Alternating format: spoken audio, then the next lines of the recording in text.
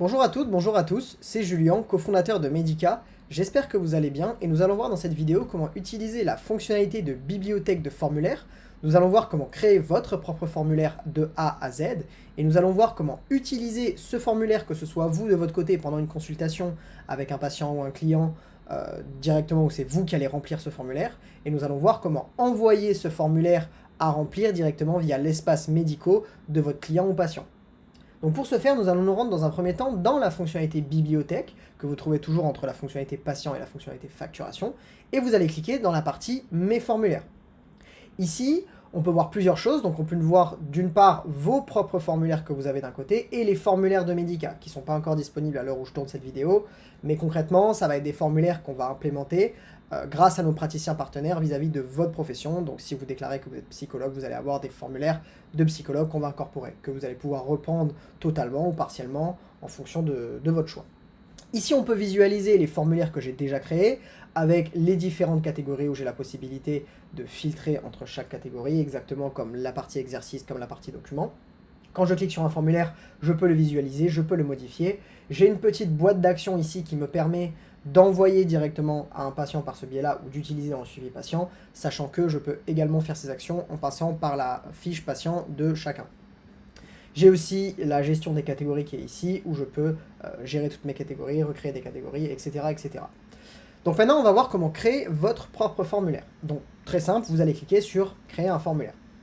Ici, vous avez la possibilité, et l'obligation aussi, de mettre un petit titre du coup à votre formulaire. Donc ici, on va mettre « Formulaire d'essai ». Chose très importante, ici, vous voyez, vous avez une petite case à cocher avec marqué « Ce formulaire est une anamnèse ». Alors, si vous cochez cette case, cela va créer la catégorie anamnèse. C'est possible qu'elle soit déjà créée, d'ailleurs, si vous en avez déjà fait. Cette catégorie, elle a un impact très spécial, c'est qu'en fait, dans la fiche d'un patient, vous allez voir qu'il y a un petit onglet anamnèse, et à chaque fois que vous allez catégoriser un formulaire en tant qu'anamnèse, tous les formulaires vont se retrouver dans cet onglet anamnèse. Donc, l'intérêt, c'est surtout de retrouver vos anamnèses plus rapidement. C'est-à-dire que vous pouvez utiliser les formulaires pour faire plein de choses, vous pouvez l'utiliser comme vous le souhaitez, mais si par exemple vous faites une anamnèse initiale la première fois, que vous déclarez ce formulaire en tant qu'anamnèse, et ben vous allez juste cliquer dans l'onglet anamnèse dans la fiche patient, et vous allez pouvoir retrouver cette anamnèse plus rapidement. On va voir comment ça va se passer juste après. Donc pour le test, je vais cocher ce formulaire est une anamnèse. Ici, sur la partie gauche, on peut voir que j'ai plein d'éléments pour créer mon formulaire. On peut voir que j'ai deux catégories d'éléments. J'ai la catégorie de présentation, où j'ai des titres, des textes explicatifs, et j'ai la partie questions-réponses. C'est ce qui va surtout nous intéresser au niveau des formulaires. C'est là où vous allez créer les types de réponses possibles avec les objets de réponse, et ensuite vous allez voilà, créer votre formulaire. Donc on va passer sur tout. Donc pour simplement mettre un élément dans le formulaire, c'est très simple. Vous prenez ce qui vous intéresse et vous le glissez juste ici dans la partie en pointillé. Donc ici on va mettre le titre, donc par exemple on va mettre consigne, voilà. J'ai la possibilité de mettre un texte explicatif, donc là pour le test je vais juste prendre un texte en latin pour vous montrer juste à quoi ça ressemble. Bien entendu, comme les exercices, comme les documents, je peux styliser comme je veux. J'ai la possibilité de mettre des séparations, alors ça vous pouvez les mettre entre chaque bloc, hein, vous pouvez les mettre où vous voulez, ça vous permet vraiment concrètement de séparer plusieurs éléments, plusieurs parties, etc. C'est plus visuel. J'ai la possibilité de mettre une vidéo YouTube quand même dans les formulaires, donc ici tout simplement j'ai juste à prendre un élément type, à le coller et à le valider. Je peux éventuellement mettre des images, bon là je vais pas en mettre, mais vous pouvez mettre autant d'images que vous voulez à n'importe quel endroit. Ensuite, ce qui est le plus intéressant dans les formulaires, c'est la partie questions-réponses. Donc maintenant, je vais vous montrer tous les types de réponses possibles qu'il y a. Donc le premier champ possible, ça va être le champ libre. Le champ libre, c'est très simple. C'est si vous voulez avoir une réponse écrite courte. Donc concrètement, par exemple, vous pouvez faire comment ça va aujourd'hui. Vous avez la possibilité de mettre si la réponse est obligatoire ou non. Donc ça, quand c'est vous qui allez répondre à ce formulaire ou votre patient, bien entendu, voilà, vous pouvez mettre cette réponse obligatoire. Donc là, je ne vais pas la mettre et je vais valider. Donc ça, c'est le champ libre. Très simple, les gens ils vont taper leur réponse, tout simplement. Ensuite, j'ai le paragraphe libre. C'est exactement pareil que le champ libre, sauf que l'intérêt c'est de pouvoir rédiger un paragraphe, donc d'avoir plus de place. Donc c'est vraiment si vous voulez avoir une réponse beaucoup plus construite, beaucoup plus longue. Donc je vais mettre, veuillez par exemple détailler votre venue. Ensuite, la question suivante, c'est les cases à cocher. Donc les cases à cocher, ça a un intérêt particulier, c'est que les cases à cocher, vous pouvez en sélectionner plusieurs. Donc par exemple, si vous faites, du coup je vais mettre réponse, je vais mettre question test par exemple, question test, je vais mettre que cette réponse est obligatoire, et je vais mettre comme option de réponse, réponse A, réponse B, réponse C, réponse D. Ici, mon patient va pouvoir répondre à la réponse A, à la réponse D, à la réponse C en même temps, par exemple. Donc ça a cet intérêt-là. À l'opposé de ces cases à cocher, vous avez la liste sélectionnable. Donc l'intérêt c'est exactement pareil, sauf que ici, une seule réponse sera possible. Donc je vais mettre question test, et je vais mettre pareil, réponse A, réponse B, réponse C, réponse D. Et ici, j'aurai la possibilité de sélectionner une seule de ces options. Ensuite, j'ai la possibilité de mettre un oui-non. Donc par exemple, c'est une question vraiment binaire, donc oui ou non. Par exemple, question très simple, êtes-vous fumeur? Réponse obligatoire, la personne devra me répondre oui ou non. Et ensuite, le dernier élément que j'ai, c'est l'échelle de valeur. Donc ça vous permet par exemple de dire, voilà, de 0 à 10, de 0 à 50, de 0 à 100, je suis très peu quelque chose ou beaucoup quelque chose. Donc tous les éléments que vous voyez là, vous pouvez les personnaliser. Donc moi, je vais laisser ces éléments par défaut, donc de 0 à 10 avec un pas de 1, parce que vous avez la possibilité de, par exemple, si vous mettez de 0 à 100 en fonction d'un score type, d'un exercice type, vous pouvez mettre un pas de 10 en 10, par exemple. Vous pouvez aussi, du coup, mettre de très peu à beaucoup, ou ça, voilà, tout est personnalisable. Vous avez aussi la possibilité de mettre une unité de mesure. Ça, c'est vous qui choisissez, vous avez juste à sélectionner. Donc, par exemple, je vais dire évaluer votre état de stress aujourd'hui. Donc là, on va dire de 0 à 10. Et j'ai plus qu'à valider. Une fois que mon formulaire est totalement rempli, donc là, je vous ai montré toutes les étapes, mais bien entendu, j'ai la possibilité après de remettre un titre ici, je peux remettre un champ libre, etc., etc. Et vous pouvez construire votre formulaire avec 150 questions. Donc voilà. Chose très importante, une fois que vous avez terminé votre formulaire, il faut bien penser à le sauvegarder. Donc exactement comme les exercices ou comme les documents, si vous partez maintenant de cette fonctionnalité, votre formulaire ne sera pas sauvegardé. Donc là, ici, je sauvegarde.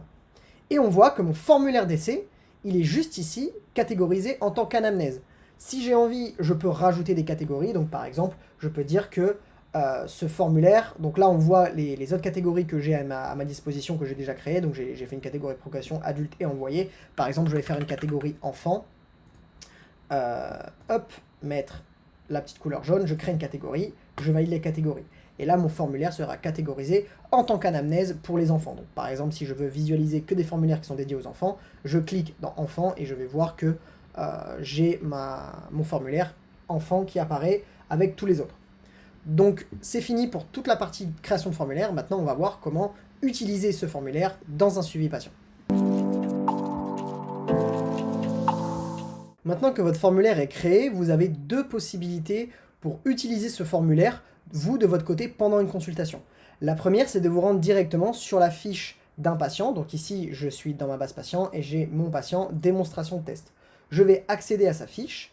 Ici, j'ai la possibilité soit de passer par ajouter un élément, soit de passer directement via l'onglet anamnèse, vu que ici, on a créé notre formulaire en tant qu'anamnèse. Donc quand je clique sur anamnèse, on voit que je peux utiliser mon formulaire par ce biais-là. Là, je vais faire simple, on va passer par ajouter un élément. Une fois que je suis dans ajouter un élément, je vais cliquer sur mes formulaires, qui est juste en bas, et je vais sélectionner mon fameux formulaire d'essai, ce qu'on a créé tout à l'heure ensemble. Donc maintenant, on me demande comment je souhaite utiliser ce formulaire. Donc dans la première solution, c'est d'utiliser ce formulaire dans un suivi patient moi-même. Donc ici, on va retrouver mon formulaire d'essai avec mon titre où j'avais mis consigne. J'avais mis un petit texte explicatif ici, juste là, ma vidéo YouTube, et on retrouve toutes mes questions à cet endroit-là. Donc ici, je peux, dans le champ libre, remplir, donc on va mettre très bien. On va mettre veuillez détailler votre venue, je suis venu pour cela. Ici, on voit mes cases à cocher, donc comme je vous avais dit tout à l'heure, vous avez la possibilité d'en sélectionner plusieurs. D'ailleurs, ici, je suis obligé d'en sélectionner au moins une, car c'était une question qui était obligatoire. Donc ici, je vais sélectionner par exemple la réponse A, la réponse D et la réponse C. Ici, on retrouve ce qu'on appelle un drop-down, donc ça vous permet de sélectionner qu'une seule réponse. Donc ici, je dois cliquer ici et j'ai la possibilité de visualiser mes 4 réponses. Donc ici, je peux en sélectionner qu'une seule. Donc par exemple, la réponse B, pardon. Êtes-vous fumeur? Pareil, ici, je suis obligé de le remplir. Donc on va mettre non. Et on va mettre évaluer votre état de stress aujourd'hui. On va évaluer mon état de stress à 3 sur 10.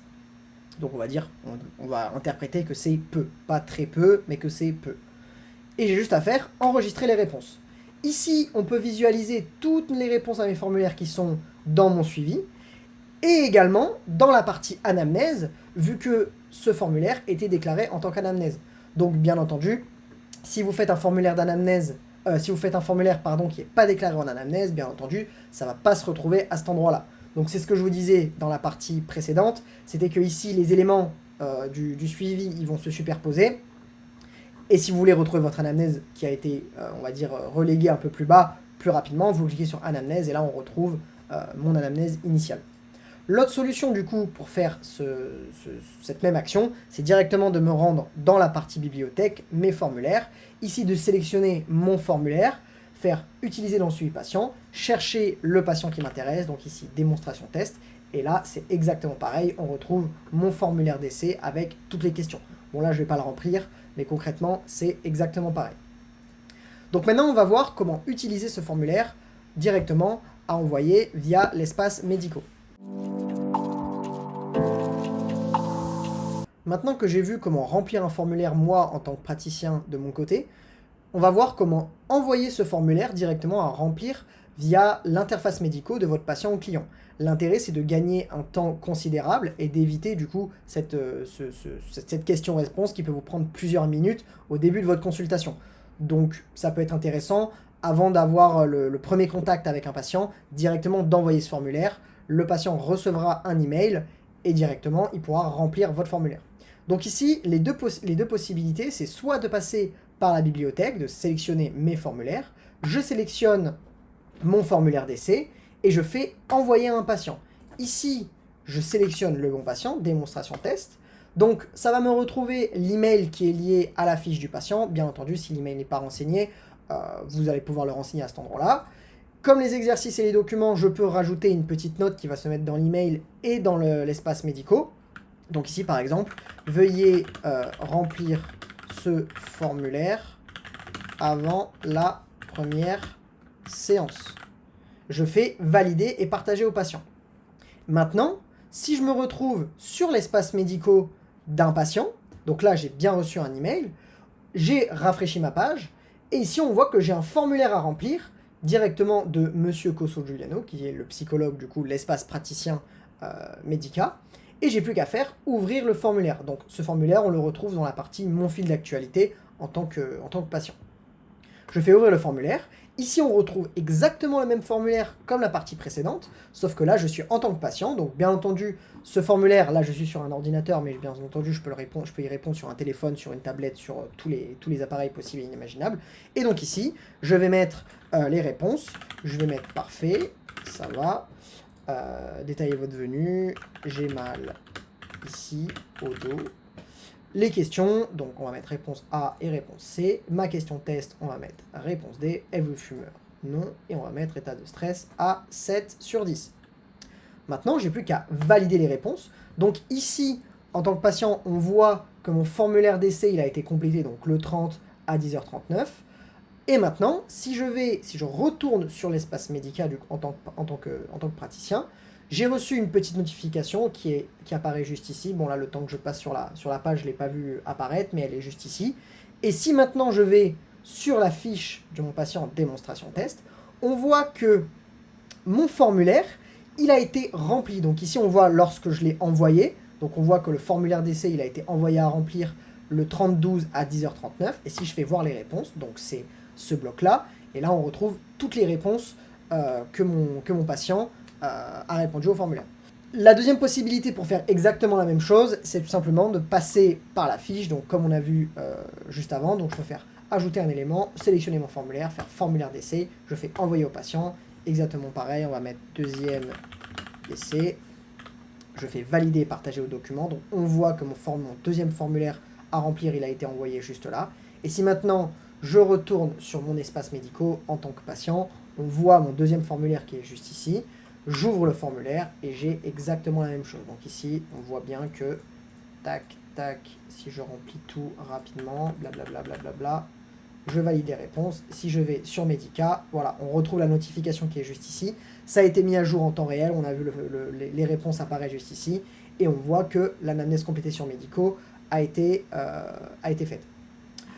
Petite information que je vous recommande de regarder pour que ce soit plus facile pour vous. Vous voyez ici, vous avez toujours un petit icône à côté de chaque élément. Donc ici, on voit que le petit élément avec la flèche, ça provient de l'interface médicaux du patient. Quand il y a ce petit icône-là, c'est lorsque j'envoie quelque chose, etc., etc. Et lorsque vous voyez ce petit icône-là avec l'œil barré, c'est que ce formulaire est confidentiel. Donc, quand j'ai fait mon formulaire, moi, de mon côté, en tant que praticien, le formulaire n'est pas accessible par le patient. Par contre, si vous l'envoyez, bien entendu, il est accessible par le patient. Voilà pour la fonctionnalité de formulaire. Je vous remercie d'avoir regardé cette petite vidéo. J'espère que ça vous aidera et que ça vous permettra de voir plus clair dans cette utilisation de formulaire. Je vous souhaite une très belle journée et une bonne utilisation de Medica. Au revoir.